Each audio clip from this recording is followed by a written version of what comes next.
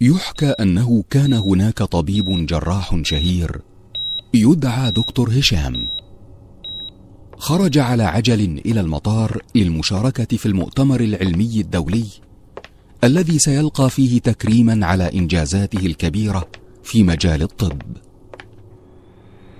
وفجأة وبعد ساعة من الطيران أعلن أن الطائرة أصابها عطل كبير بسبب صاعقة، وستهبط اضطراريا في أقرب مطار.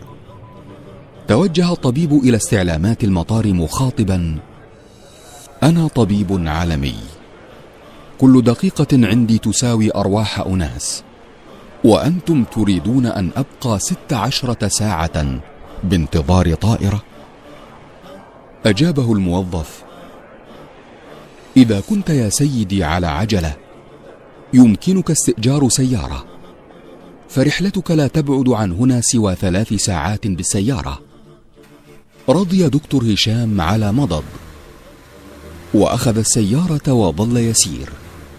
وفجأة تغير الجو، وبدأ المطر يهطل مدرارا، وأصبح من العسير أن يرى أي شيء أمامه، وظل يسير. وبعد ساعتين أيقن أنه قد ضل طريقه وأحس بالتعب. رأى أمامه بيتا صغيرا، فتوقف عنده وطرق الباب، فسمع صوت امرأة كبيرة تقول: تفضل بالدخول كائنا من كنت.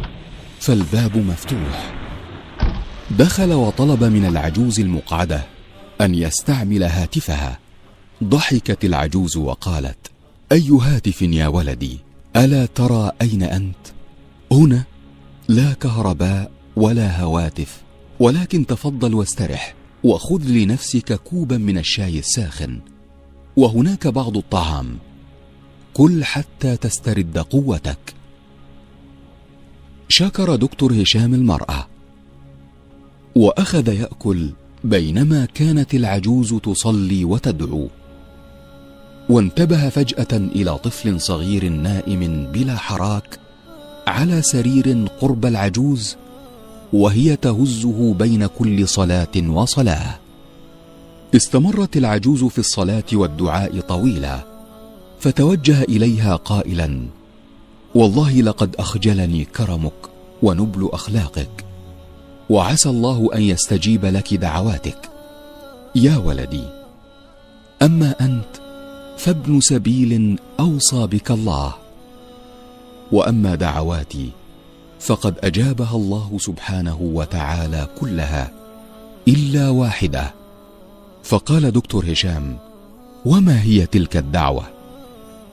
قالت: هذا الطفل الذي تراه حفيدي، يتيم الأبوين، أصابه مرض عضال عجز عنه كل الأطباء عندنا، وقيل لي إن جراحا كبيرا قادر على علاجه يقال له دكتور هشام، ولكنه يعيش بعيدا عن هنا، ولا طاقة لي بأخذ هذا الطفل إلى هناك، وأخشى أن يشقى هذا المسكين، فدعوت الله أن يسهل أمري. بكى الطبيب وقال: والله إن دعاءك قد عطل الطائرات، وضرب الصواعق وأمطر السماء كي يسوقني إليك سوقا، والله ما أيقنت أن الله عز وجل يسوق الأسباب هكذا لعباده المؤمنين بالدعاء إلا بعدما رأيت بعيني. حينما تنقطع الأسباب لا يبقى إلا اللجوء إلى خالق الأرض والسماء. وإذا سألك عبادي عني فإني قريب، أجيب دعوة الداعي إذا دعان.